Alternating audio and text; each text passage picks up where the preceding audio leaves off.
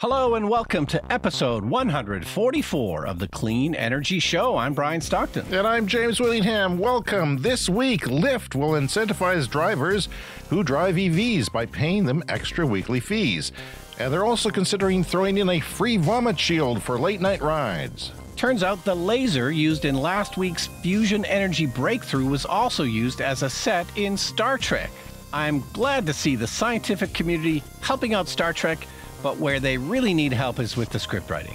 Tokyo mandates solar on all new buildings. Unfortunately for their tiny hotel suites, this only requires a solar panel the size of the ones you find on calculators. The U.S. Postal Service commits to 100% electric vehicles.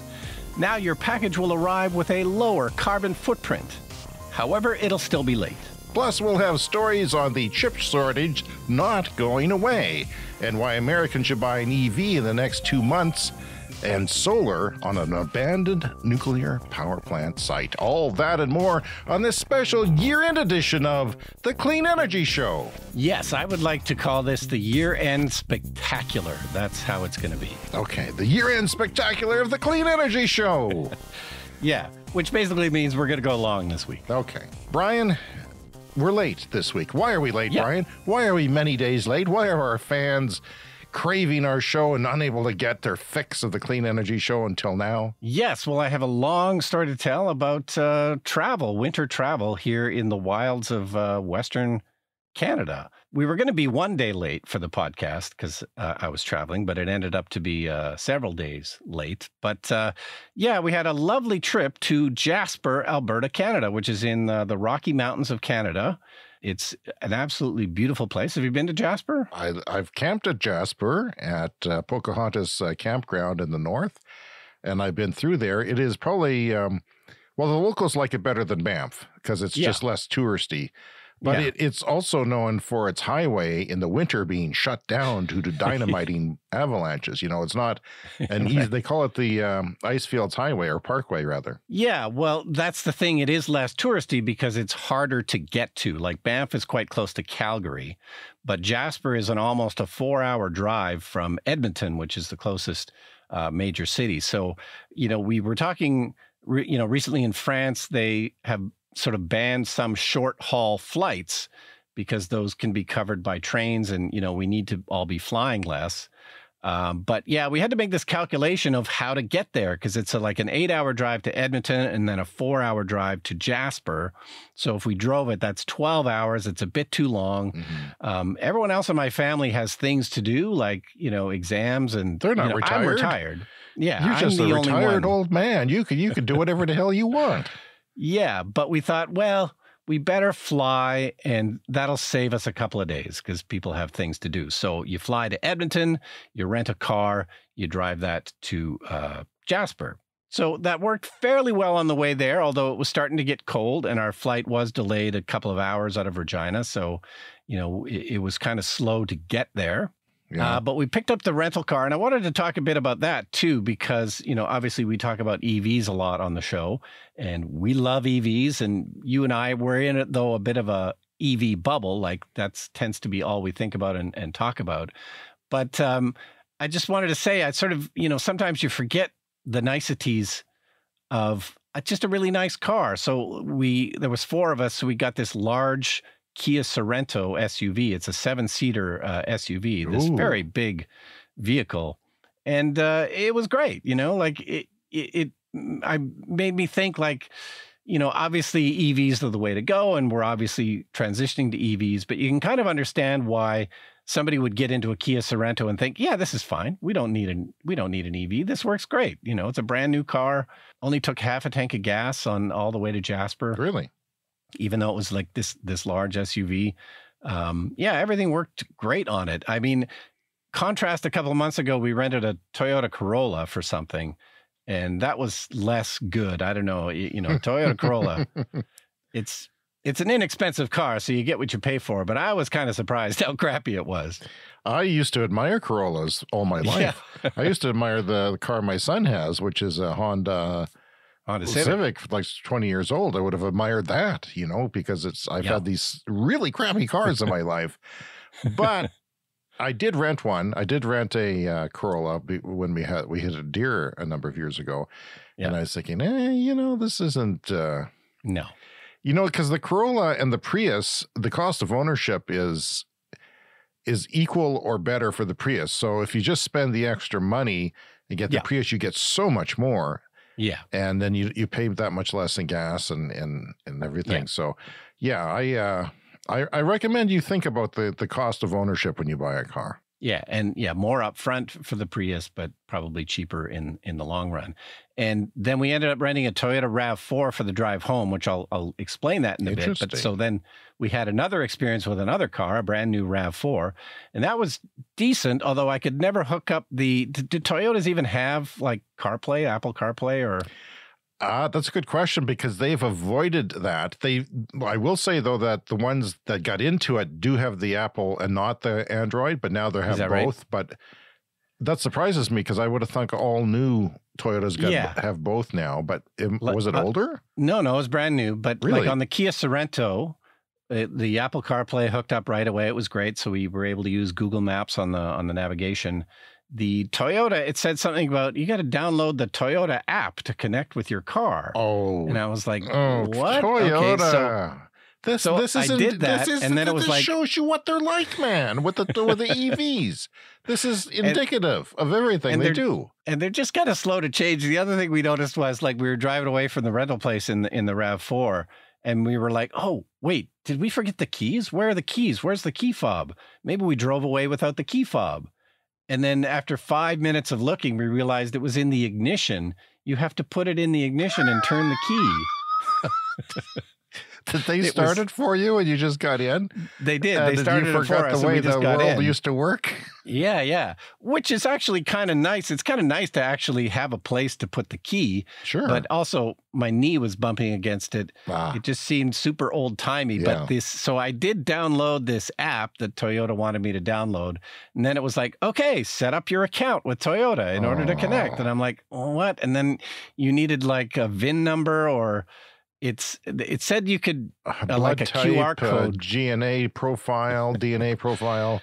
Yeah. And it said that you can shoot like there's a VR code or a QR code on the screen, but I couldn't get the QR code. And then they were like, okay, enter the VIN number. And at that point I gave up.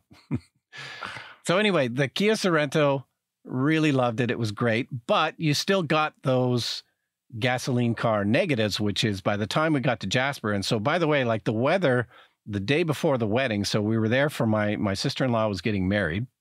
She got married to an F-18 fighter pilot guy. Oh, no.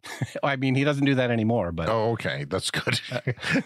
Because, we only have like 6 F-18s in the Canadian military, and they may go off somewhere. And why it's kind of a big deal, you know? So, it is a big deal. They're the elite of the elite if there's only 6 of them or something like that. But so congratulations to Alex and Dan. Lovely wedding. And the day before the wedding, so this was going to be an outdoor wedding. This was their plan, an outdoor wedding in Jasper in the middle of the winter because it's cool. It's beautiful. Was there an F-18 flying over, with colored dye coming out of it or smoke? But the day before the wedding, it was -5 Celsius and sunny. Like it was perfect the day before the wedding. Really? And then the day of the wedding, it dropped to -20 and windy. So the wedding could not be held outdoors. We had to go to the backup location in the Jasper Park Lodge and have it indoors. So yeah, it got super frigid, midway through the trip. So, starting up the Kia Sorento, it started fine and everything, but it just took so long to warm up. Like gas cars just take so long to warm up. Yeah. We went into Jasper to fill it up with gas.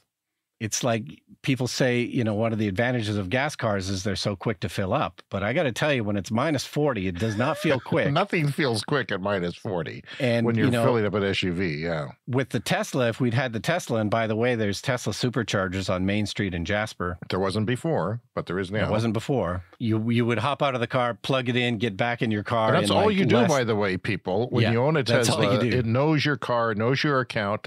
It's all connected, but you just have to plug it in and you can get back in your car. But, filling it up with gas, it's -40 out. I mean, it was like 30 something and windy. So it was, and you're fumbling with the credit card and the gas pump. No, and, yeah, and the Shell that I go to, and then I haven't done this in a long time, thank Jesus, is I used to fill up the car at a Shell station, and it was so slow. Every step, would you like a car wash? Yes, no. Would you like to enter your air miles? Yes, no. And it didn't come up quickly, and then the colder it was, the longer it took for the LCD screen to display. Yeah, the displays on the pump are always kind of half frozen. No. And then God forbid something goes wrong with your credit card and you have to do it again or, whatever. So basically you couldn't get a flight back for, what is it, 45 an hour flight away from us? Yeah. From home? It's a 1 hour flight. And so then on the way back, we drove the Kia Sorento back to Edmonton. We went to the airport. This was, the cold weather was starting to set in. And on the West Coast, there's been blizzards and stuff. So, Vancouver had it worse, probably Seattle as well, where massive blizzards in Vancouver. And so, we're nearby to Vancouver and a lot of planes are coming from Vancouver. So the delays start to happen, the cancellations start to happen. Mm-hmm. We got to the airport and we thought we were good because we were there like a couple hours before the flight and it was still on the board. It was still on time. Oh dear. We went through the check-in process and we got to our gate and then it was just a sort of a series of announcements about delay. We were there for 4 hours and then after announcing all these delays, it's like, oh, sorry, your flight's canceled. Bye. See you later. So question though about, is it hard to get a one-way rental? I mean, because you're not taking the car back. So how does that work? Is it more expensive? Do they let you do it? Does it depend where you're going?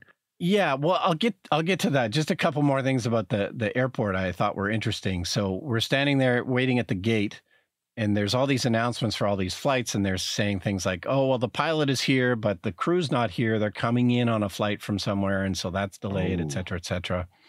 And there was a flight supposed to be leaving for Saskatoon. It was minus 35, and so they're like, okay, well, we can't board yet because the plane is too cold. Oh, no. And I don't know if the heater on the plane was broken or something, or I'm not sure what, but they said, oh, we got to hook up a heat cart to the plane and warm it up before people can get on. And so there's some kind of external heater that they hook up to these planes. And so they kept giving these announcements. It's like, oh, okay, well, we can't board until it's 10 Celsius inside the plane. And we're up to 4 Celsius now. My guess is they would have to run the engines on the tarmac at great expense to heat up the plane. And my guess is also that it would be a slow process to get it from minus 30 or whatever it was to room temperature. So they probably have to use it'd be like warming propane. up a car. They'd have to use all this jet fuel to warm it up. So they use these external heaters, I guess. But it was like, okay, well, it's now 6 degrees inside the plane. We could almost board. I assume that flight was eventually canceled. 6 degrees Celsius, which is room temperature is about 20. Wow. And you know what, Brian, a lot of people across the continent are having these problems moved from west to east and went on after you. And lots of people listening, I'm sure, are dealing with this. Yeah. And, it speaks to clean energy again, because, the same things that apply to electric cars versus gas cars apply to, gasoline airplanes. And there's advantages in the cold weather to gasoline type fuel, and there's also disadvantages. Well, I imagine if they were electric, they would have got out the combustion heater as well to heat it quickly. Yeah, or, you just, who knows? But anyway, so they canceled our flight and didn't tell us anything about what to do. So we're like, okay, well, we got to scramble and get a hotel nearby. So, we ended up spending 2 days stuck for 2 days at the hotel, the Radisson Airport Hotel in Edmonton. And we had booked the flights through a travel agent. So one of the benefits of that is that they have to deal with these problems. Really? You booked through a travel agent? Yeah. It's just like an online travel agent It's not thing. like you're traveling around the world. You're hopping to the next city pretty much. Like, why would you use a travel agent? It's a perk we have with a points card that we've got and, Okay.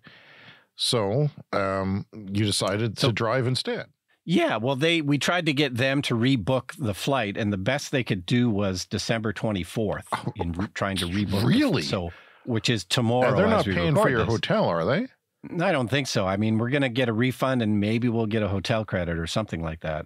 Oh, God, I couldn't. We have like this, passenger rights thing in Canada now. So, they're not supposed to totally be able to screw you over anymore, but I don't know. We'll see how that goes. There was one and when we were finally leaving the hotel on the morning that we left, this lady came into the hotel with her luggage and she said, "I'm back. I was at the airport and they canceled my flight again. So I got to check in again." That's not good. And it's Christmas. It's the worst time of year. Yeah. So we were going to have to spend 4 more days to waiting for the rebooked flight. So, you start looking into rental cars, and we quickly discovered that everybody was basically outlawing one-way rentals because they would have had no more rental cars left in Edmonton, right? Because the flights are canceled, they're going to be out of cars. I see. Everybody starts calling the car rental places because these are drivable distances for us here in the West. So, nobody would give us a one-way car rental either. And you try and book online and, same thing, one-way rental. Nope, not allowed. So what we ended up doing was we went online to Enterprise and booked a 2-week rental for the car. And the idea being that I would drive it back to Edmonton in 2 weeks. Are you insane? Why? Well, again, I'm the retired guy. I've got nothing better to do. Jesus, Brian. Really? So, and there was 4 of us, everybody wanted to get back for Christmas and everything. So I thought, well, what the heck? 2 weeks from now, I could drive the car back to Edmonton if I had to, hoping that we could work something out where I wouldn't have to do that. But anyway, so yeah, we went to pick up the car at Enterprise. We had it booked for 8 a.m. And we said, okay, well, this is our plan. We're going to drive it back in 2 weeks, but we'd rather just drop it in Regina. Is it possible you could, do that? And so they fiddled around with the computer and they found a car that they were going to allow that for. There's a bit of an extra charge because apparently they replate the car, like they put Saskatchewan plates on it once it arrives, or so I think we still kind of lucked out that they had found a car that they were willing to let go on the one-way journey. But maybe there's other people stuck in Regina that need to get to Edmonton, so maybe there's a massive Yeah, I think I saw some on the news actually. Mm-hmm. Yeah. So that's what we did at the airport. Shout out to Enterprise Car Rental. They saved Christmas for us. It was a Christmas miracle. I don't have to drive back to Edmonton 2 weeks from now. They let us do this one-way rental. We did an 8-hour drive yesterday and made it. Oh, there was one other thing I wanted to mention about the car rental. When you rent the car on the website, it says, do you want to offset the carbon from your car rental? And it's basically an extra charge. How much do you think they charge to offset the carbon on your rental? Is it a one-time fee or a kilometer fee? It's just a one-time fee. $50. No, it was $1.25. I don't know. That's one seedling, maybe. I guess one seedling is better than nothing, but that seemed unusually low. Well, but, why wouldn't you? It is something. Just if you believed that, if you bought into that, then yeah, that's great. $1.25 to not have any emissions. But it is something I want to look into further because I do want to take some flights in the next few years now that I'm retired, and I would like to offset that carbon in some kind of way. But yeah, that's my long. Wow, that is something very. I wanted you to take a train for part of it, so you'd have a trains, planes, and automobile story for the rest of your life. You could tell it at parties. That's right. But apparently, Vancouver was so much worse. There was one airplane that the people were stuck for 13 hours on the tarmac. Oh, man, that is everyone's worst nightmare, It's torture. That's should not be allowed. No, it shouldn't. I don't think it is allowed. I think they've passed laws against it, haven't they? Isn't it 2 hours, 3 hours or something? That's the max? Yeah. There's a law. They don't follow it. I heard the passengers had to resort to cannibalism. Well, you start to think that guy looks pretty tasty over there. After 13 hours, you've been eyeing him up. Yeah, well, they went through all the nuts and pretzels on the airplane. That sucks. That sucks. And the pilots you'd think would be like, I can't fly now. I've just sat here for 13 hours. I can't fly across the country for 5 hours. Come on. That doesn't seem to work out either. After a couple of hours, you got to just call it and go back to the gate. Even if you have to board off one of those little ladder trucks, just get off and walk on the tarmac into the airport. Yeah. I'm thinking if that ever happens to me, I'll just fake a heart attack or something, and then they'll have to let us out. Heart attack. Yeah, yes. yeah. Stockton and his retirement strategies, tips so you can book one day, fake a heart attack on a plane. Let's talk about my worries and woes. I have a Prius as our main car right now. I've been trying to replace it with an EV, right? The Prius is now, like I said, almost 6 years old. Our 5-year lease ran out last spring, and I was thinking 5 years, man, that's too long when we leased it. EVs I'll be wanting to get an EV. Didn't work out because there's just not enough stock around, and Tesla's, the Model 3 was in fact not $35,000. And they've gone up ever since in price. So that wasn't doable. And the other people didn't follow suit too well. Anyway, so I'm still looking for an EV, and that's my situation. However, we had a scare with the Prius, a mechanical scare, which I've never had before. Now, we've never had the Prius for more than 5 years before, but nothing has gone wrong. Like nothing. Yeah. Nothing. Rock solid. Like every little knob and everything, every hook, every cup holder, everything is perfect on those vehicles, and that's why I like them. However, my wife heard a gurgling sound in the cabin a couple of months ago. And so the way a combustion engine works is you have antifreeze that circulates through the engine with a water pump. Otherwise, the friction from the way a combustion engine works with pistons rubbing against metal up and down, that it gets too hot. But they use that in the cabin to heat it. So there's a little radiator in the cabin and a fan that blows. So that's your waste heat from gasoline being only up to 20 to 27% efficient. Electric cars, of course, are 90% efficient, but you get to use that waste heat. And in an electric car, you need to use 5,000 watts to heat the sucker, Yeah. So I checked the antifreeze reservoir and it was empty. Or empty-ish, and that's a bad thing because that goes into the engine as well. So I was a problem. We had to fill it with antifreeze and it kept leaking and there was nothing on the ground. So I looked it up, and of course, the first thing I find is head gasket gone, and it's beyond the 5-year warranty. Yeah, that happened to me once on my Datsun. Oh, well, that's a very old car from very old times. But did you get it fixed, or did you blow it up for your film? Wasn't crazy expensive when I remember. Well, it's thousands of dollars.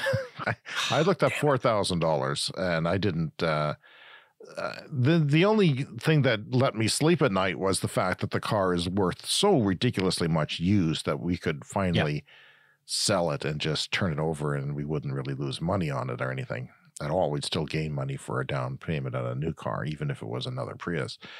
However, it turns out, and this is a fluke, so in a Prius, there's a catalytic converter. I don't want to get too into the weeds here, rather. But the fluid actually goes through the catalytic converter on a Prius. And the reason is this is an engineering play to increase the fuel economy. So because the catalytic converter is full of precious metals, people are stealing them, by the way, off of Priuses because they're oversized. So they're stealing them off of Priuses. And I've seen lots of videos on YouTube of people doing it really quickly. 20 seconds, they steal the sucker.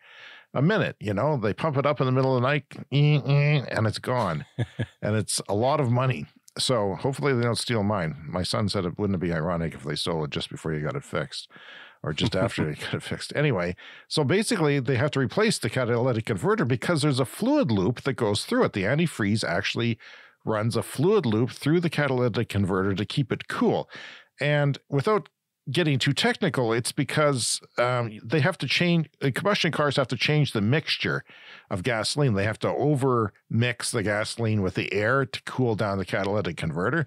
So there's sensors in your catalytic converter, O2 sensors that keep it, and temperature sensors to keep it within a certain range. So they have to reduce the fuel economy by increasing the mixture. Well, the Prius doesn't have to do that. It can keep a pretty fine mixture most of the time because it's cooling it in the fluid loop. Another advantage of that is it heats the cabin quicker because the catalytic converter heats up instantly. You don't have to wait for the engine block to heat, which is a big thing. The catalytic converter, the smoke, the exhaust that goes out of those things, heats them up quickly. So then your cabin ostensibly heats up quicker. So that's what's leaking, and it's leaking into the gas. The mechanic apparently, after long searches, actually sniffed the gas, sniffed the exhaust, and said that it was in there. So, but my wife, and if I was there, I would have said, what are you doing? But she said, is it covered under warranty? And because they gave her a price of $2,000. And I've got problems with the other car. I don't need this. We got a kid going on a trip. And we were just, strapped. But they said, it might be. And one guy went to another guy, and another guy went to another guy, and eventually talked to the manager. And the manager said, yeah, it definitely is. We've had these before. Because it's part of the hybrid system, I guess, which is guaranteed for 8 years on most cars that have hybrid systems. They consider this part of the hybrid system. So it's guaranteed. Or I hope so anyway. I hope they don't change their mind. What a relief. But yeah, it's a huge relief. It's like a Christmas miracle because we almost took back the kids' Christmas presents. Not literally, but it would have been a lean Christmas. That's for sure. So that's great. And speaking of which, I had it on Twitter with who, and I canceled my Cybertruck reservation. And let's face it, Brian, there's no chance. I don't care how long he takes to get the Cybertruck out. There's no chance I can afford one. But I've also lost faith in just the fact that the Cybertruck isn't a stupid idea. Like I don't have faith in him anymore, in Mr. Musk. Yeah. And maybe it is, but I'm not, I kind of relied on him to say that, yeah, this is a good idea, but it could be a complete bust for all I know. Doesn't matter. I have no money to buy the Cybertruck. So it was just wishful thinking, and I took my $150 Canadian back, and I bought a gift for my wife. Nice. So, yeah, which I'll be talking about because it has to do with hydroponic gardening. Okay, so growing weed then. Is that sure, what it is? Exactly. Which you could do in Canada. Also, we talked a lot about you going to the next city over Saskatoon a lot, and there being a Tesla Supercharger there for when it is really cold. And by the way, in Denver, it went from +5 Celsius to -15, so 20 degrees Celsius in 1 hour. I mean, that's the homeless people were caught off guard, and the infrastructure must have frozen. They call that a flash freeze. And that yesterday and the day before, I think it's been happening all across. But anyway, the superchargers in the one city that we have between our two major cities where we live went kaput except for one stall with two cables.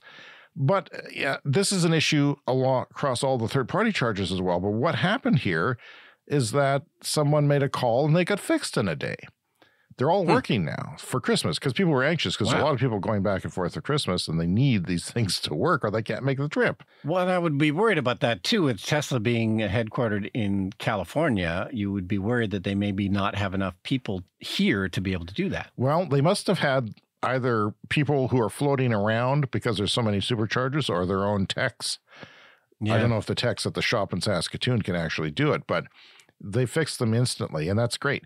Wow. Because everywhere else says, well, we've got to order in parts for 2 months or 6 weeks, and all these other kinds of chargers. So, yeah, and speaking of Denver, Out of Spec Reviews, the YouTube channel that I like, because it went down to -30, I think last night, he's testing all kinds of things.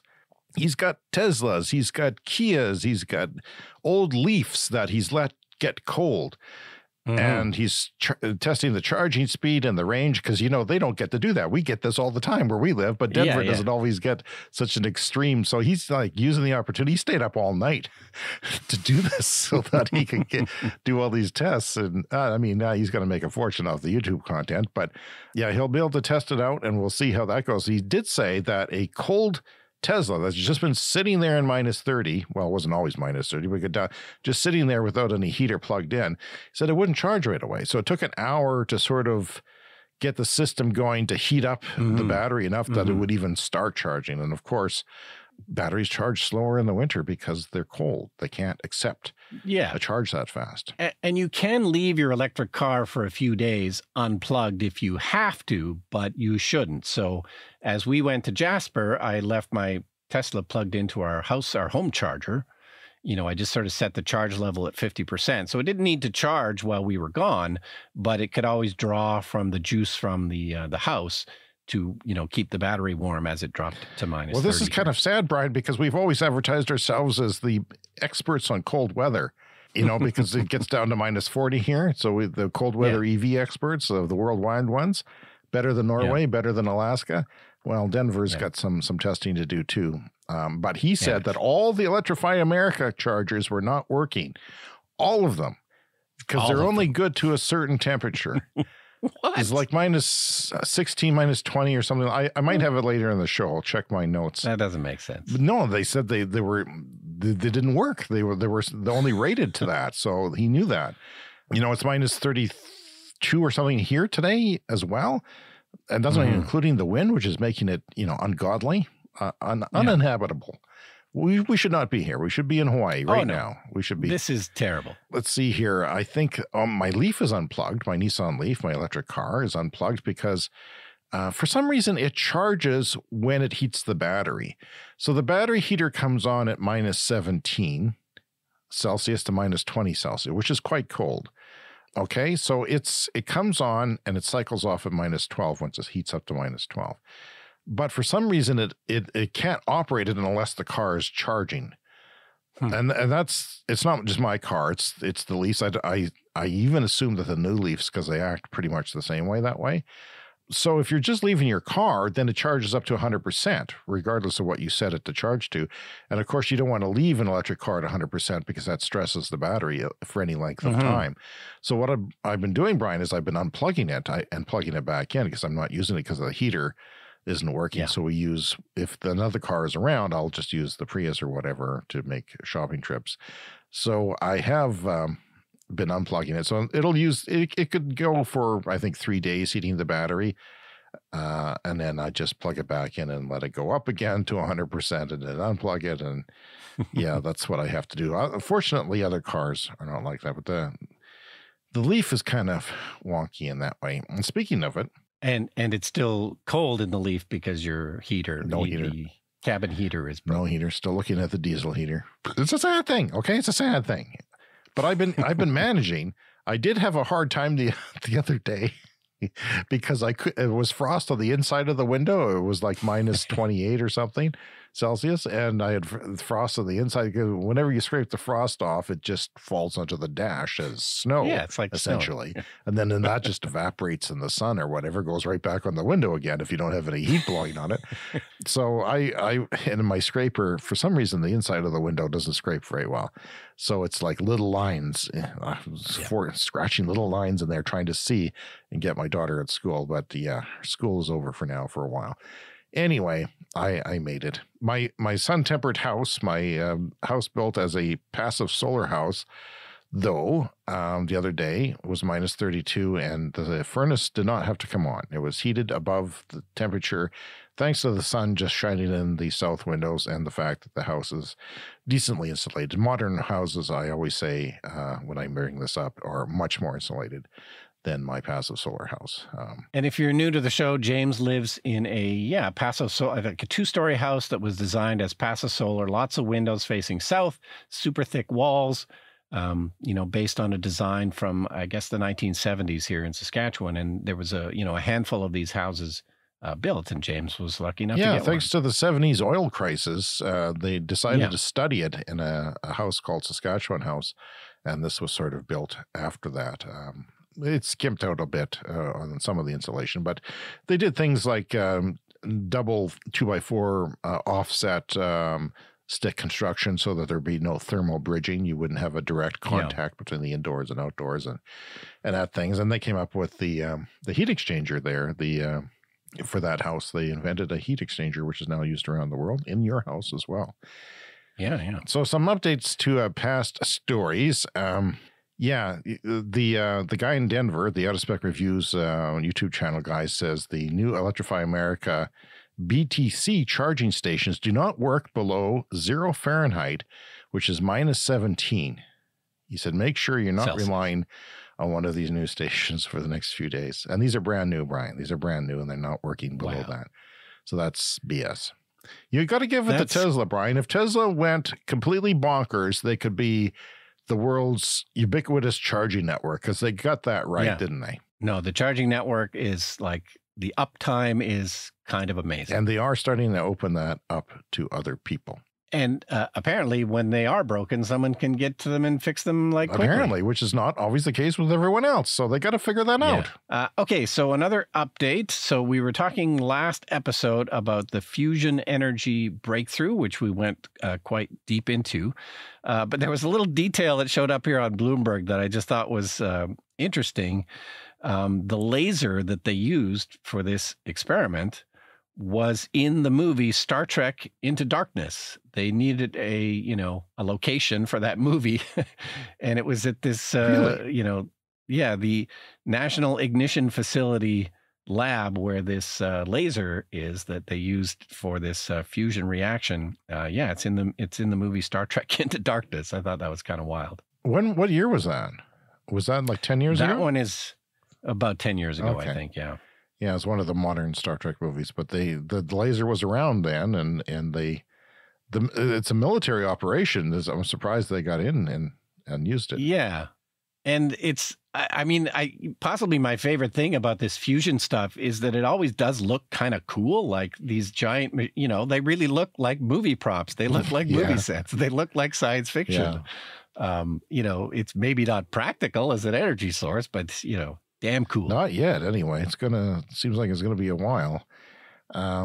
So if you are in the United States, and most of you are, we know that, who listen to our show, as most shows have a largest audience in the United States, go buy an EV now if you're thinking about buying one, because not right now, but in January 1st or February, the first 2 months or so will get you a tax credit for all brands, because you're going to have to look into this yourself, but some American-built EVs, we just found out, that aren't eligible for the tax credit now, like the Bolt EV, may be able to claim half that credit, perhaps, when because the new tax credit says that your EV has to have its minerals sourced in the United States or countries that it has free trade with, which is Canada and a bunch of other countries, and I don't think China counts, but it doesn't, and that's a problem. So if your batteries are built in China, as a lot of them often are, that can be a problem. So yeah, check about the EVs that you want to buy, the brand you want to buy, and look into that, because apparently the government just said that we'll figure it out in March. We're going to need until March to figure this out, to see which EVs, because it's hard to figure out how much of your car comes from the United States and how much of it comes from outside a free trade zone or something like that. So is this like an interim ruling? This is an interim ruling that they don't even have an exact date, but if you are looking to buy a car, know that you're probably going to get a better tax credit than you might otherwise get. Now, it might be the same depending on which brand you buy, but the U.S. automakers are struggling to get up to speed on this, because they're going to have to shift their supply chains in order to make sure that they. Some of them may not even try entirely, but in order to get the full tax credit, which they're going to want to have, they're going to have to change things around. That's not going to happen overnight. It could be a year or so, or longer, before you're able to get that same tax break again. So if you're thinking about if you're on the fence, look into that. Yeah. So story here from The Guardian. There's been some concern that emissions in the EU might go up this year because of all the problems with Russia and trying to get off Russian gas.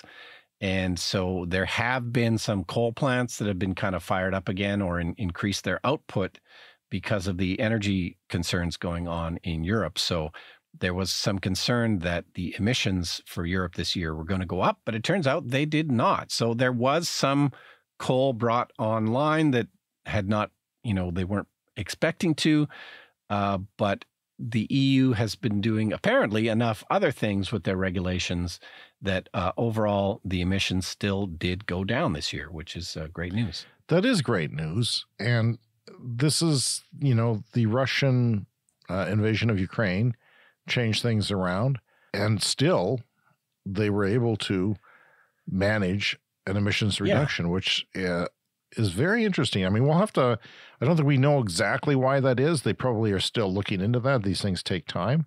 Yeah. But that's interesting. Well, we know that the EU has been more strict on things like vehicle emissions.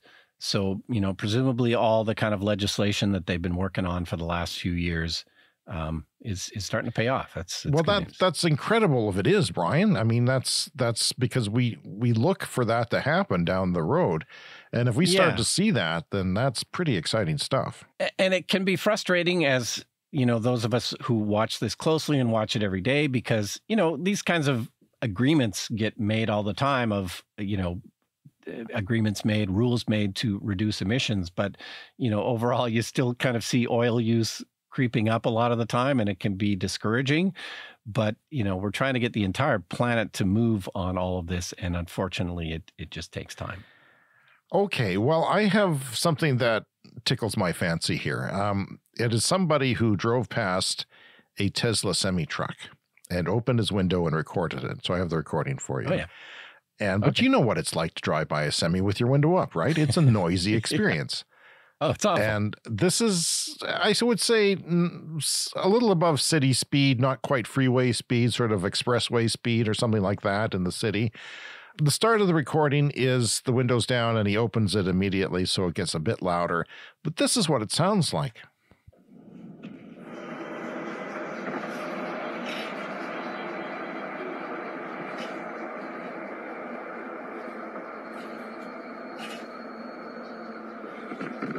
I mean, that's it.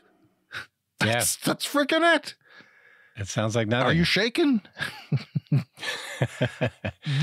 Yeah, I think there's so many advantages to EVs that are just side advantages. Like, imagine a world where it's not frighteningly noisy. We forget how we just get used to it, right? Like, I grew up in a house right near a highway, and you just get used to that awful sound of semi-trucks all day and all night. And we don't have to live with that in the future. I live near a highway that comes to the end because I live at the edge of the city. So the highway comes to the end and the semis slow down and they use their engine brakes, even though the signs tell them there's a fine if you do. Well, guess what? They don't give an F. Yeah. And those engine brakes are expensive. What they do is they use the engine instead of the brake pads to slow the truck down. So it's making the truck, the engine sort of fight the wheels. It's connected to the wheels and then the engine's working in reverse or whatever. And it's just fighting and it's just noisy as heck. If the wind is coming from that, and it's hell.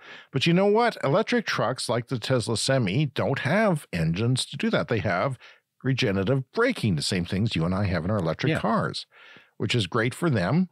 It's great for going down steep grades and not wearing out your brake pads or your engine. Yeah. Because it's you don't have to gear down when you're going down those grades and make a mistake, because that's apparently something that happens.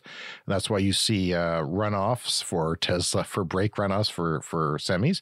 Well, the regenerative braking just makes more electricity. It makes the motors work in reverse and charges your battery up with your heavy load and is relatively quiet. Well, I drove to Vancouver about 2 years ago in the early days of the podcast in my Tesla, and I drove through the Rocky Mountains.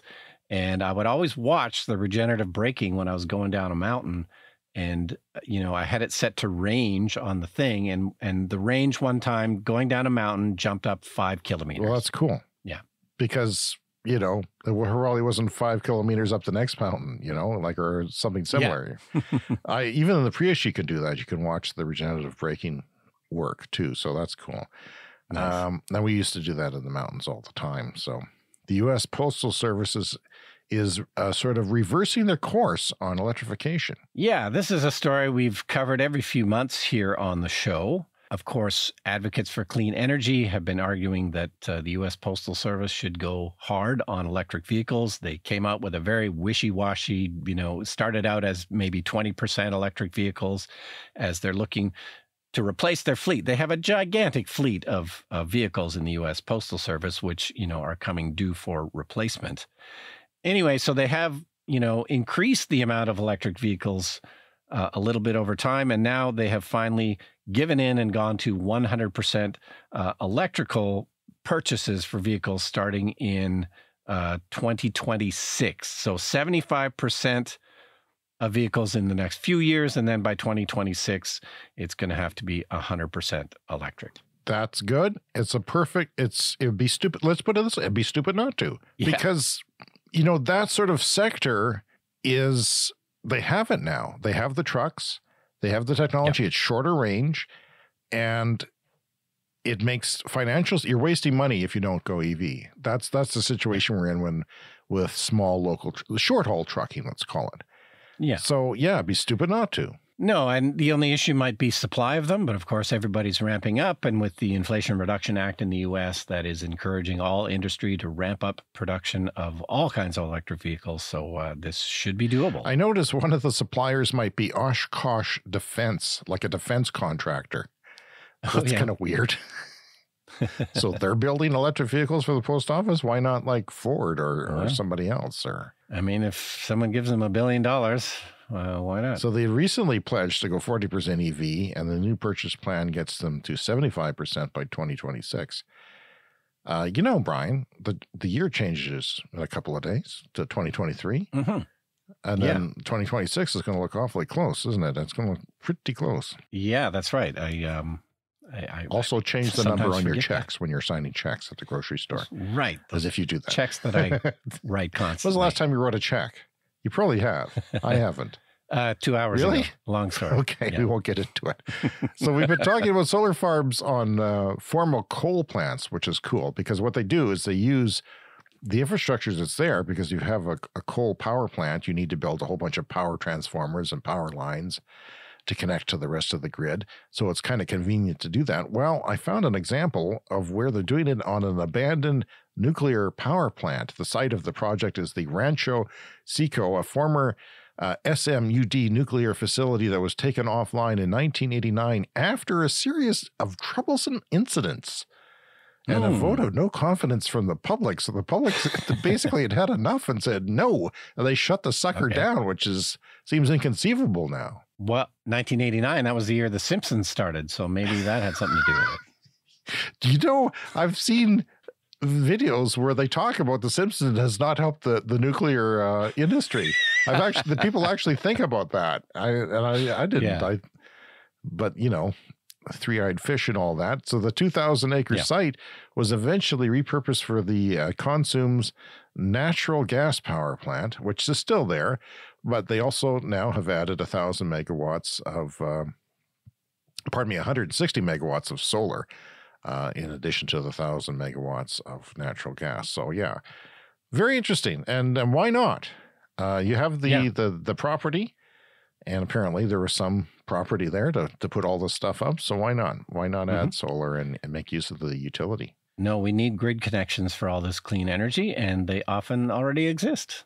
Well, let's get into some of our main stories of the show before you know, the new year happens. And we may have a New Year's countdown if we keep going long on the show, but let's go. Hey, it's the year-end spectacular. We're going long. So this is a story from Electric Autonomy Canada.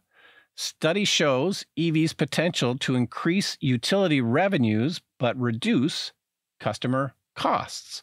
So this is a study that happened in California. And basically the gist of this is that, particularly in California, there are lots of electric vehicles now. So basically electricity consumption has gone up. Like this is a natural thing. But utilities in California and here in Canada, most places are heavily regulated. Like they operate often as a monopoly. So since they're a monopoly, you know, you don't want to let them just charge whatever rates they want. If it was a true monopoly, they could just charge $5 a kilowatt hour and just make all the money in the world because they're, a regulated monopoly. They're the only ones licensed to sell power. But because of that, regulations exist so that they can't just take all the money they want from the customers. They have to play fair as a monopoly. So basically, as consumption goes up, the prices have to come down because the utilities are only allowed to make so much profit. So it's really the first glimpse of the future that we are eventually going to see of really abundant clean energy and the prices starting to come down. This is a somewhat artificial prices starting to come down because it's more from the regulations than from anything. But it's a glimpse of the future. The more electricity is made, the more money the utilities make, and the less they have to charge people. Well, that's an interesting study. per Yeah, kilowatt where hour. was that study? Electric Autonomy Canada. Electric Autonomy Canada is the website, and the report is called Electric Vehicles Are Driving Rates Down, and it's a study that looked at 3 California utilities. Very interesting stuff. So Google that if you want to know more. Tokyo mandates rooftop solar. This is interesting because Japan has kind of poo-pooed solar and wind. They should have been on top of this a long time ago, and they're only now doing it. And, nuclear has been shut down for many years now since the Fukushima disaster, and they shut down a lot of their nuclear. You'd think they would have just hopped on the renewables right away, but they haven't. But now they're really starting to come on board. The Tokyo Metropolitan Assembly has approved new provisions to make solar installations mandatory for new homes. The rules apply to homes with total rooftop areas of more than 20 square meters and to buildings with rooftops smaller than 2,000 square meters. So some other buildings too that aren't homes. They will also require businesses to install solar arrays on 30% of the rooftop surfaces. Some parts of the city could face requirements for 85% of all rooftops to be covered by PV. That's pretty significant. The new rules will require developers and installers to use solar panels from manufacturers that respect human rights too. So there's some rules in there that you can't just buy any solar panels. And Japan is not a solar panel manufacturer to my knowledge, so I'm not sure if that means not China or what that means exactly, because I haven't heard about solar panels coming from a place that doesn't respect human rights aside from China, which is quite obvious and arguable. We seem to put up with it because half our stuff comes from China and 3/4 of our stuff. Yeah. Yeah, no, we've got all these rooftops all over the world. They eventually will have all kinds of solar on them, and that will lead to the kind of abundance that we are planning for and hoping for that will make electricity even cheaper in the future. This is for new homes, okay, not existing homes. But, we're kind of at a threshold now where if you're building something, you might as well include the solar because it's probably a bit cheaper to factor the solar in when you're building a home. The wiring and everything is already pre-done and accommodating for the solar. And why not? I mean, yeah, you're outlaying a bit more money. It's kind of like adding 5% to super insulate, but then you save that 5% in a short period of time that pays for that. And it could be a few years. It could be less. Yeah, no, building codes have to change and plan for the future for sure. Okay, so we often talk about wind turbines on the show, often gigantic wind turbines. And I find this stuff super fascinating, just almost based on the size alone. As we've discussed, these things are incredibly huge and long and difficult to transport.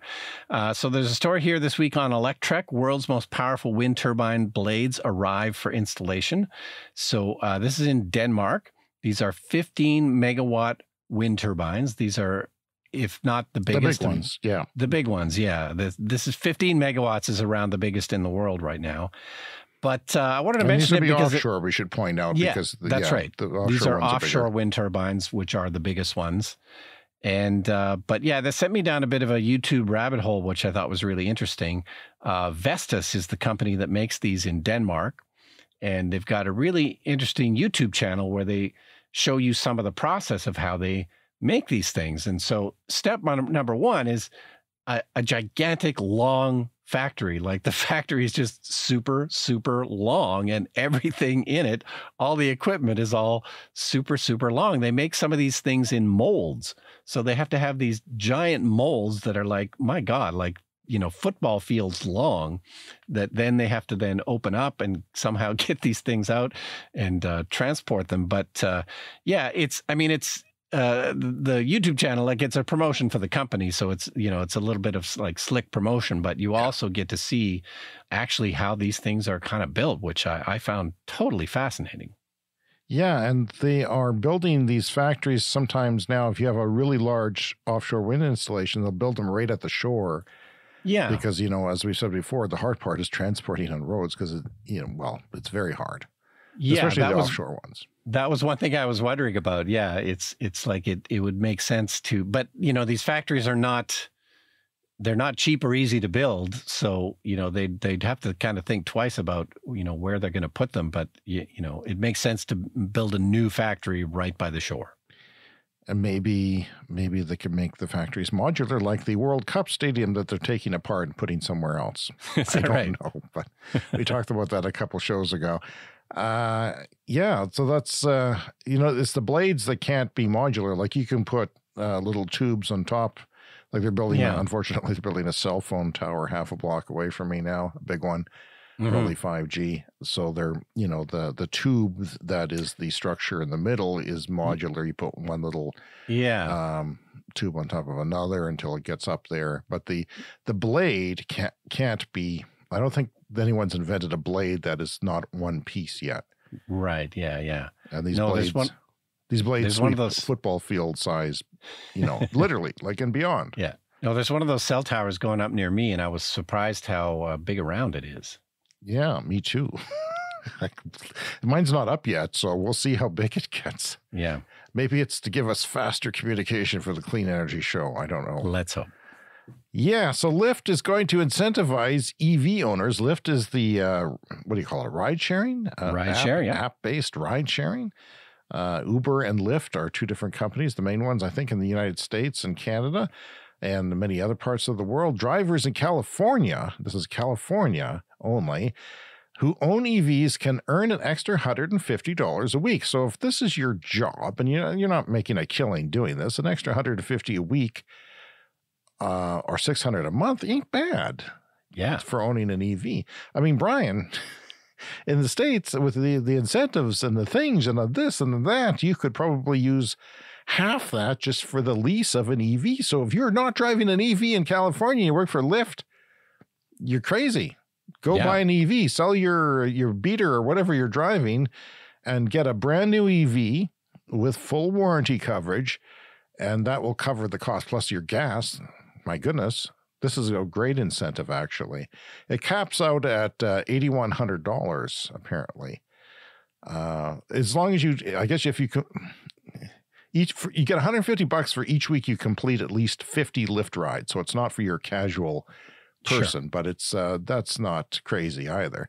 So the bonus caps out at $8,100, and that's a fifth of the cost of a $40,000 new electric vehicle. So yeah, a 5-year lease.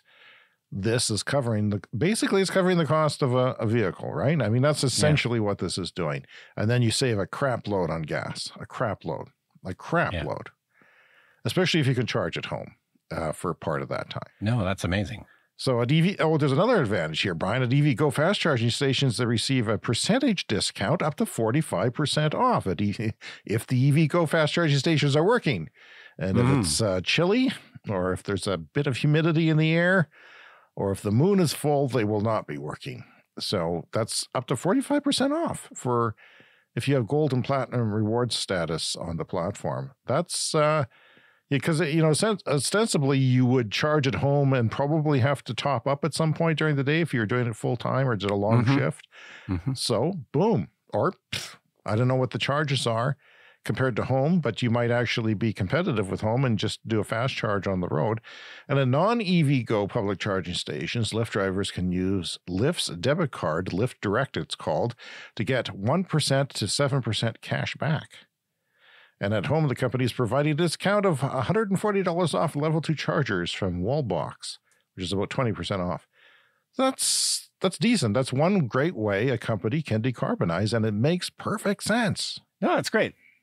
Okay, so we've got a story here from Hydrogen Inside, which is a website that covers the hydrogen industry. And I just thought it was interesting because it reminded me of what we were talking about a few weeks ago with the Apple iPhone. So Apple has introduced a clean charging feature on your phones.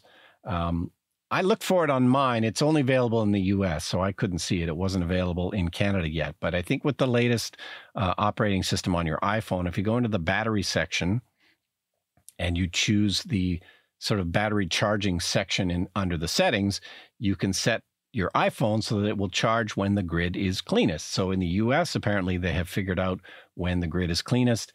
And so, if everybody follows that with their iPhones, it can actually make a difference in terms of carbon intensity. But this is sort of vaguely, I mean, it's a much simplified explanation, but they're looking to do something similar in the hydrogen industry, because one of the issues with hydrogen is it's best to make it from clean energy sources, right? If you make hydrogen from purely solar and wind, it's a very, clean, green technology. But if you're getting your power from the grid to make hydrogen, it can be varying degrees of dirty. And so, true green hydrogen is made from clean, reliable sources. But the article here on Hydrogen Insight is hourly electricity matching is the only reliable way to reduce emissions from green hydrogen. And it's basically a similar kind of thing of, we really have to keep track of where the energy is coming from if we're going to make proper, clean, green hydrogen. That's good, because there's going to be a lot of companies that are going to be saying that ours is blue, purple, gray, and you don't know what that means. You don't really know how good their hydrogen is, how clean it is. So this would be one way to keep track of that. Now, one of the problems I have in looking for an electric car is the chip shortages, which have, they've screwed up everything. They've made my Prius extremely expensive on the used market, which is a good thing, but it's been kind of weird. So chip shortages are going to continue through 2023, says an article in Ars Technica. We expect continued disruption to the global semiconductor industry, and therefore continued supply chain shortages in the automotive industry through 2023, according to a new report in the Financial Times. So that report was originally in the Financial Times. The head of onsemi said there's nothing you can do now to change 2023. It's set in stone, basically. We'll be adding capacity every quarter, every month in 2023 to meet our demand, but still not going to happen.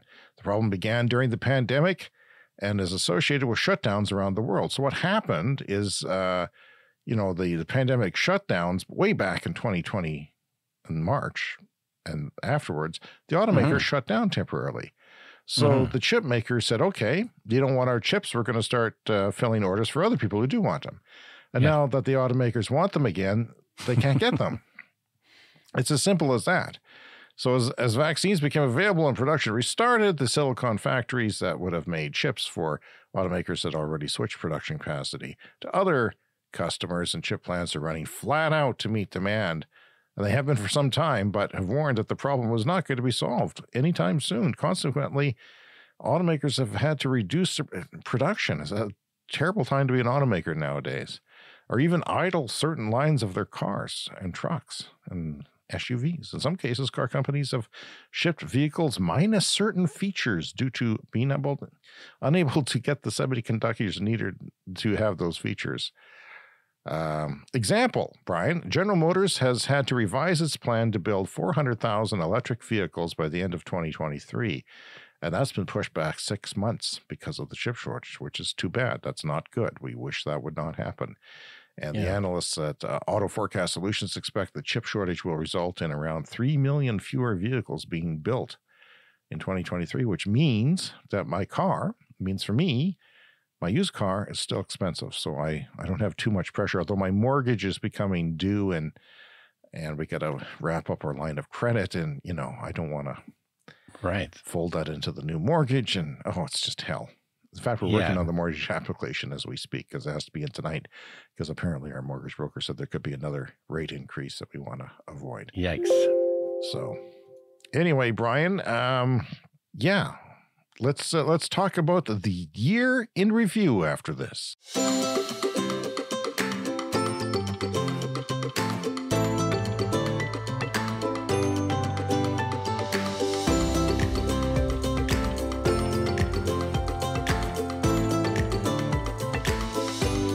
2022, Brian, has been a fairly incredible year that started with Mr. Putin, that piece of garbage, that vodka-drenched piece of garbage invading Ukraine, and that actually helped clean energy.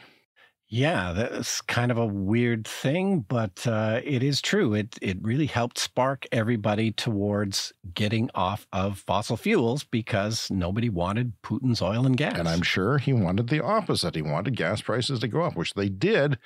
But then people said, no, you're not going to take advantage of this. We're not going to buy your gas. And that's caused everyone else who needed their gas to come up with Plan B.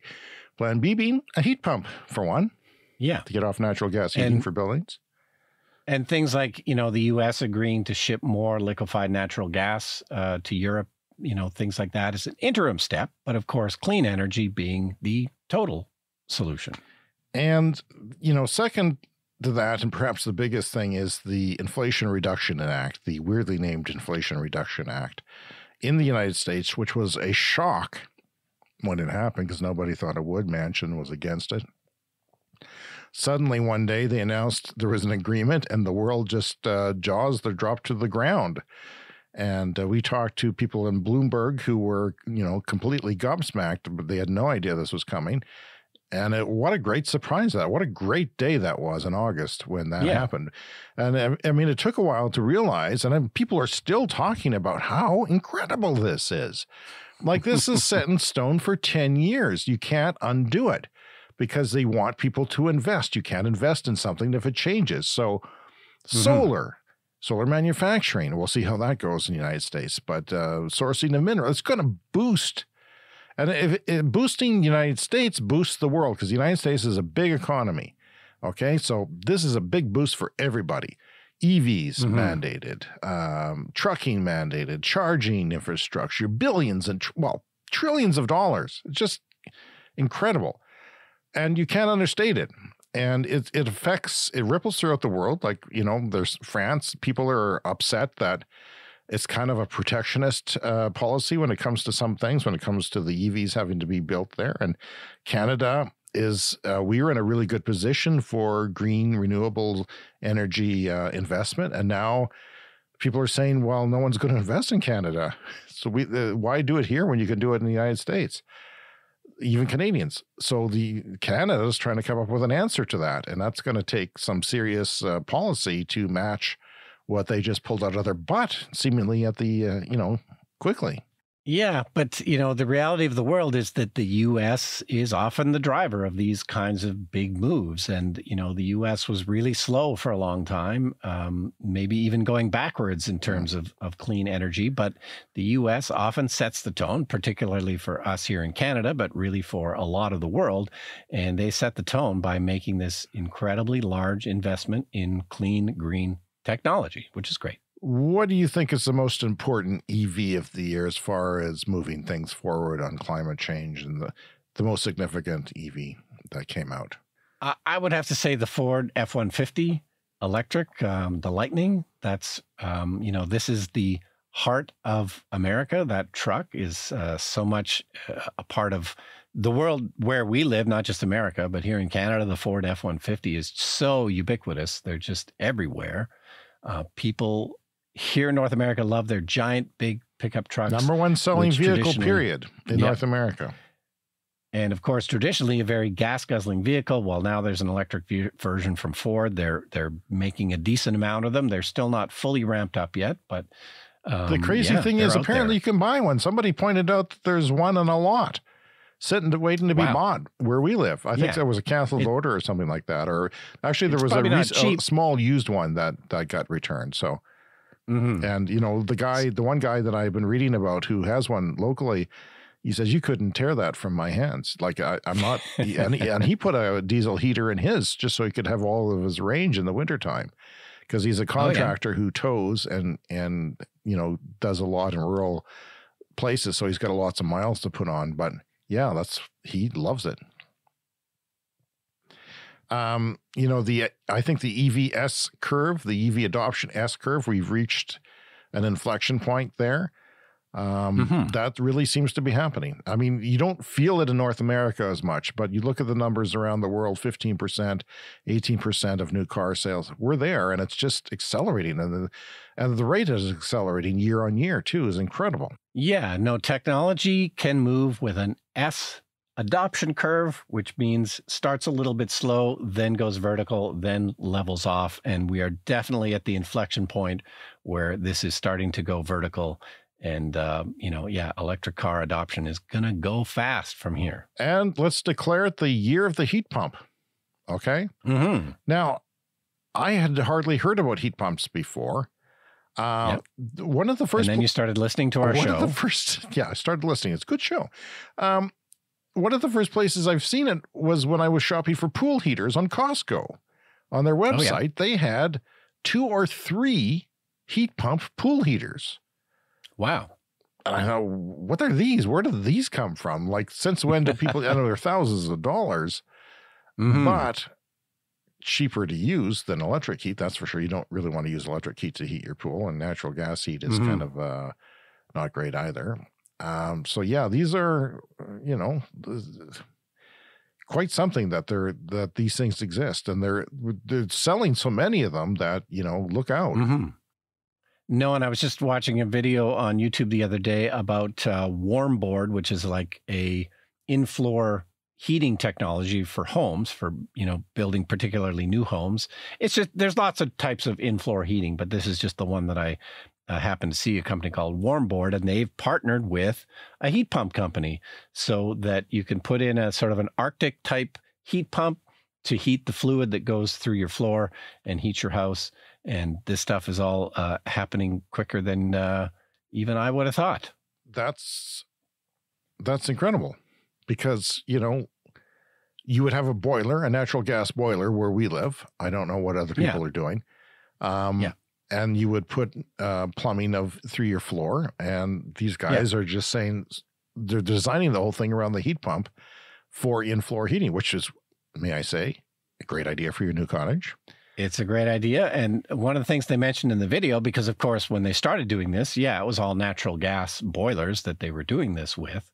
But they started looking at, oh, hey, look at that. California, they're outlawing, you know, gas heaters in 2025 or 2030. And, you know, that kind of thing has been outlawed. So if you're a forward thinking company, you know, you start looking at heat pumps to do this in-floor heating rather than, you know, gas boilers. Well, what else do you think was important this year? Well, just on that sort of S adoption curve, I wanted to mention in Norway, this is a story that just came out a couple of days ago. I'm reading it here on Clean Technica.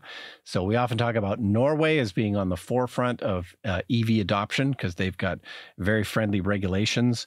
Now, almost 90% of new car sales in Norway are plug-in. A few of those are plug-in hybrids, but it's in the 85% range or 82% or something for full electric.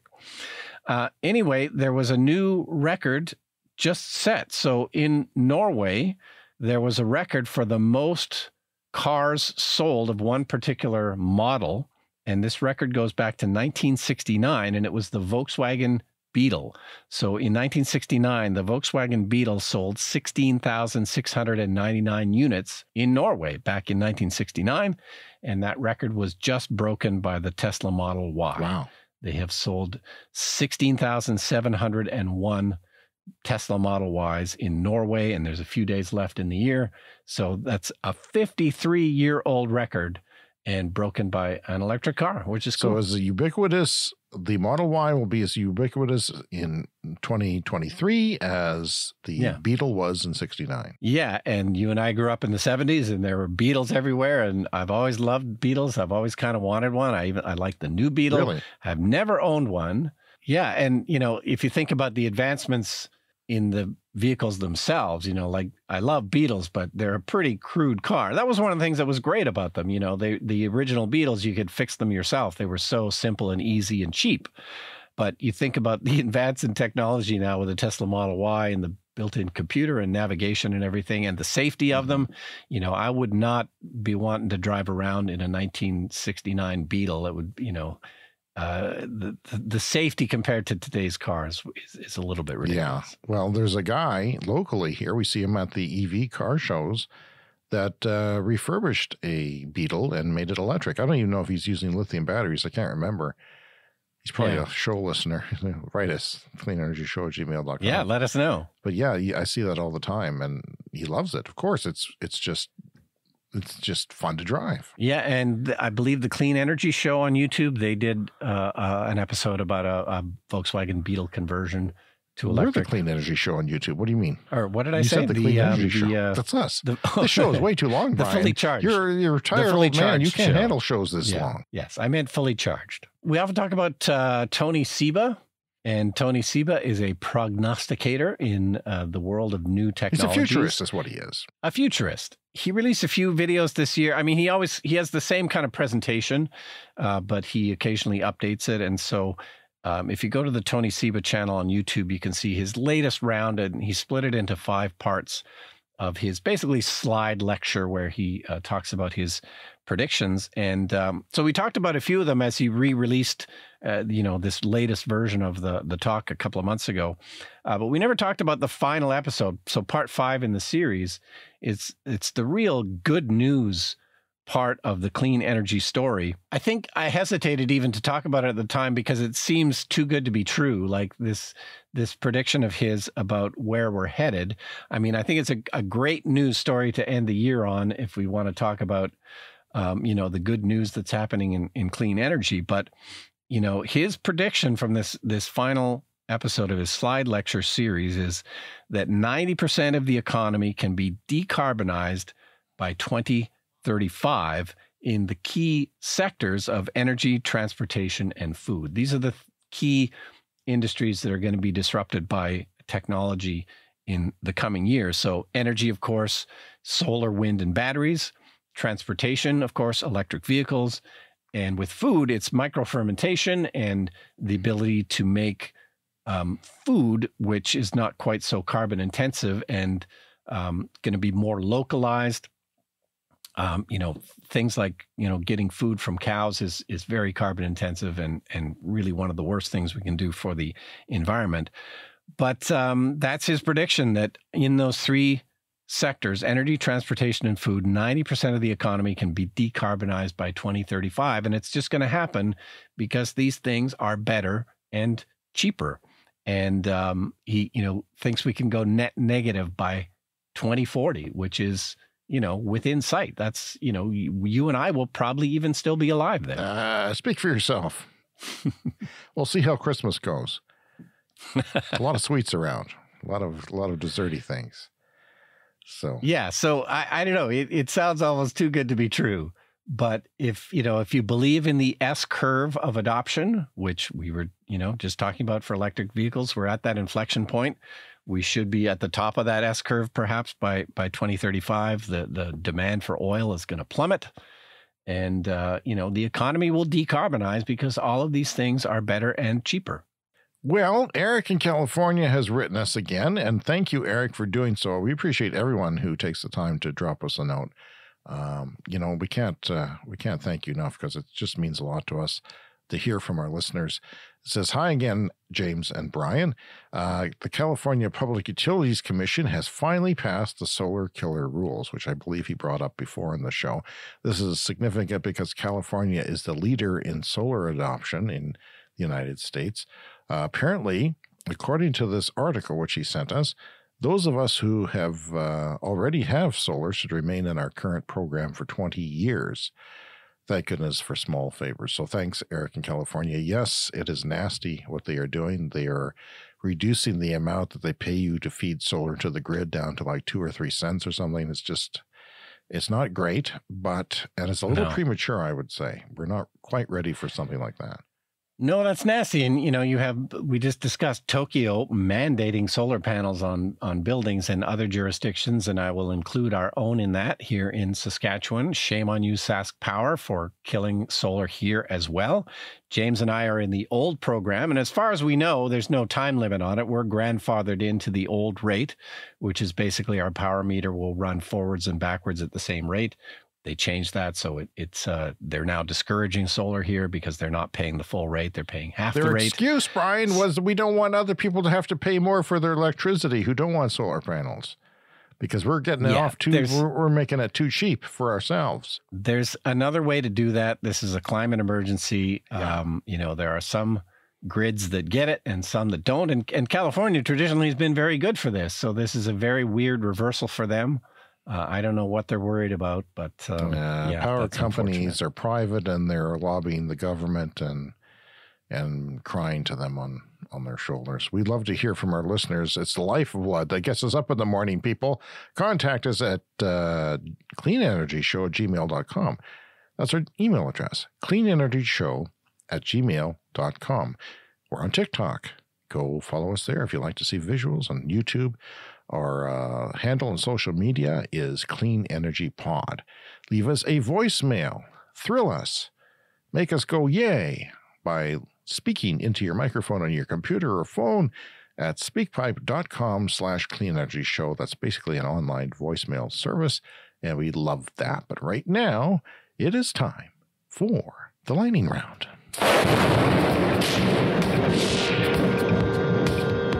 I lied, Brian. It's not time for the lightning round. The time for the lightning round was an hour ago. It was ages ago.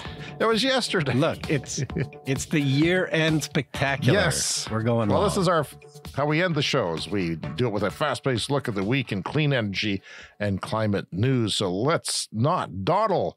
The new year is coming. Electric says Tesla Megapack, the country's utility-scale energy storage battery system, could be sold out for almost the next 2 years, according to Tesla's own timeline. A single Megapack unit is a container-sized, a shipping container-sized 3 megawatt-hour battery system with integrated modules, inverters, and thermal systems. What do you think? Yeah, well, everyone's scaling up battery production, but the thirst for batteries is so huge that, there's going to be still shortages of batteries for the next few years. Headline, climate negligence bill could let New Yorkers sue fossil fuel companies. And this, Brian, is hilarious. Let me get to it. The climate negligence bill will allow private New Yorkers to sue. I've run out of steam myself. I'm not going to make it to the end. The climate negligence bill, which would allow private New Yorkers to sue fossil fuel companies for climate damages, is modeled after, get this, sit down for this one, the Texas abortion law. This is how they decided to fight abortion in Texas, to let people sue. If you knew somebody, you could sue them for getting an abortion or giving abortion services. Yeah. Well, they modeled it after that, but for a good reason, for the climate. Texas controversial 2021 law by state Republican lawmakers empowered private citizens to sue people who aid and abet an abortion. The Supreme Court declined to block the law. And guess what? Supreme Court, your thinking is now going to do something good for the world. And I know you don't like good things. There is public support for fossil fuel companies to be held responsible for damages caused by climate change. And I know you like suing fossil fuels, Brian. Yeah, no, challenging them in the courts has been a great thing. It's been very effective in certain cases. I've mentioned before, there's a great podcast called What Roman Mars Can Learn About Con Law. And they talk about some of these kinds of issues. The decisions lately of the Supreme Court in the U.S., they've really gone against precedent. They've gone against, the history of the court. It's been a very weird turn to the court. But, they've now established these new precedents. And it turns out these new precedents can be used for things like what you just talked about. And speaking of creative litigation, 16 municipalities in Puerto Rico are using the same racketeering legislation used to bring down mob bosses and fraudsters against oil and coal companies, which is basically the same thing, accusing them of conspiring to deceive the public for decades over the climate crisis. Good for them. If that's not racketeering, I don't know what is. The richest people in the UK use more energy flying than the poorest do overall, according to Carbon Brief, who reported on this study. So, just the rich people flying. One rich person flying uses more than a poor person does in a whole year just for their flying. And I feel like it's probably worse here. I think where we live, the highest carbon footprint per person is probably where James and I live. Well, it's time for a Clean Energy Show Fast Fact. Amazon produced enough plastic packaging in 2021 to wrap the Earth more than 800 times in air pillows. That is from an Oceana report quoted in EcoWatch. 800 times wrap the entire planet in pillow wrap. Yeah, so Amazon, of course, they've got the Climate Pledge Arena, in Seattle, Amazon is trying to go all electric with their delivery vehicles. But it's a difficult business to try and, make eco-friendly. Yeah, it is. With the flights, I mean, I live in a place, well, we live in a place. You live in the same place. All the flights from Memphis and the other hub, the shipping hubs, they fly over our house, Brian, every day. If I'm sitting sunning my ass in the pool in the summertime and I look up, I see all these 747s going to China via Anchorage, where they refuel. It's cheaper to stop and refuel than it is to carry the full load of fuel. It's constant. It's just constant. If you look at the flight tracking software, it's nonstop. The flights coming back and forth. It's a great year for solar generation in the EU in 2022. Guess what? It's up 47% vis the year before. And it's a record-breaking 41.4 gigawatts, expected to hit 60 in the coming year. So that's another 50% gain. That's it's on fire, so to speak. Top 5 countries: Germany, 8 gigawatts. And, Germany's a cloudy country. Much cloudier than most of North America. Spain came in second, a close second, and Poland, Netherlands, and France was down at about 2.7. They're starting to catch up. Ars Technica, Porsche's synthetic gasoline factory, is coming online this week in Chile. The plant will scale up from 34,000 gallons to 14.5 million gallons by 2024. Now, right now, most of this is going to be used in Porsche's racing car, just so they can have race car events with Porsches that have, sustainable fuel, supposedly. Synthetic. Interesting. And that's a lot of, they need that much fuel for racing cars? Porsche is very, apparently, probably, because they train and they do there's probably lots of different racing car series. So this is, the Porsche wants to keep combustion engines going. And I understand that, in a world where everything's an EV, you might want a Porsche. Some people will, like a combustion engine. There'll be a fancy for that. And this is one way that they see of getting around it, is we're using synthetic gasoline that is sustainably produced. So the U.S. deployed 5.19 gigawatt hours, or 1.44 gigawatt energy storage last year. 91% was on the grid. The rest would be in people's homes and businesses. No, this is not last year. This is Q3 of 2022. Close to half the entire amount of storage installed in 2021. So half and 1/4 of the previous year. So that's pretty cool. California and Texas accounted for almost all of it. So Texas is, there's a lot of green energy in Texas, even though the politicians go around blaming falsely, still to this day, for power outages. EU natural gas prices have fallen by close to 40% over the last week, so that they are now nearly back to the level before the Russian invasion. I think it's because the weather hasn't gone crazy yet there. But if you get our bomb cyclone moving, look out, because it's going to get cold. We're almost done the show, Brian. GM Cruise of robotaxis have started service in Tesla's Austin, Texas. So now the people in Austin, including what's-his-name, are going to see robotaxis driving around and doing what FSD is nowhere near being able to do. So that's interesting. By the way, we'll end the show this week on this good news story. An F-150 Lightning, that's the all-electric Ford pickup truck, that was at a dealership in California that lost its power due to a major earthquake, kept the whole stinking business going. In fact, they had 3 cars on the lot, a couple of other used EVs. They all had them going. The Ford can output lots of electricity via their outlets. And they kept, they said on Facebook, we're open for business. This is a picture of our Ford powering our business. The cashier registers are going. If you want parts, the lights are on, come on down. So that is really cool. And it's one of those major things, right, of EVs. Yeah, no, they have all kinds of outlets in the back for powering a dealership, but, usually a work site. Well, that is more than our time for this year. If you are listening to us before the holidays, we want to wish you a happy holiday if you celebrate in any way, or even if you don't and you're using the time off to get together with family and friends, we wish you the best. And as always, call us, email us, cleanenergyshow@gmail.com. Check us out. Thanks to all who have donated in the past week. We continue to receive donations for people buying us coffee. There's a link in the show notes if you ever want to do that. And So grateful to the people who have.